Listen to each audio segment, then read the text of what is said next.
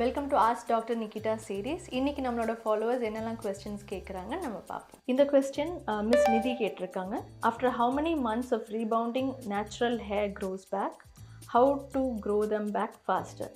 So I guess அவங்க வந்து hair transplant பற்றி கேட்டிருக்காங்க. Because hair transplant it completely depends நீங்கள் எந்த ஏரியாவில் வச்சுருக்கீங்க அண்ட் உங்களுக்கு என்ன ஏஜ் ஆகுதுன்னோ it plays a major role. ஏன்னா வெறும் ஹேர்லைன் மட்டும் வச்சுருக்கீங்கன்னா மோஸ்ட்டாக ஒரு செகண்ட் தேர்ட் மந்த்லாம் வளர்ச்சி பார்ப்பீங்க. ஒரு 6-7 மந்த் எல்லாமே கம்ப்ளீட் ஆகிடும்.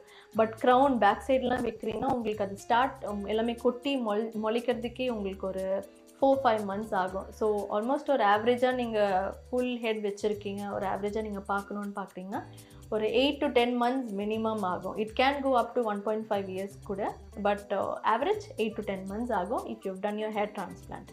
சில பேருக்கு க்ரோத் கொஞ்சம் ஸ்லோவாக இருக்கலாம். So you can go for additional plasma therapies, growth ஃபேக்டர்ஸ்லாம் அடிஷ்னலாக போனீங்கன்னா க்ரோத்தை நீங்கள் பூஸ்ட் பண்ணலாம். பட் ஆவரேஜாக நம்ம சொல்கிற டைமிங் வந்து 8 to 10 months proper hair growth பார்க்குறதுக்கு. இப்படி உங்களுக்கும் நிறைய கொஸ்டின்ஸ் டவுட்ஸ் கண்டிப்பாக இருக்கும். இருந்ததுன்னா உங்களோட கொஸ்டின்ஸ் நீங்கள் கீழே கமெண்ட் பண்ணலாம், நான் உங்களுக்கு ஆன்சர் பண்ணுவேன். தேங்க்யூ.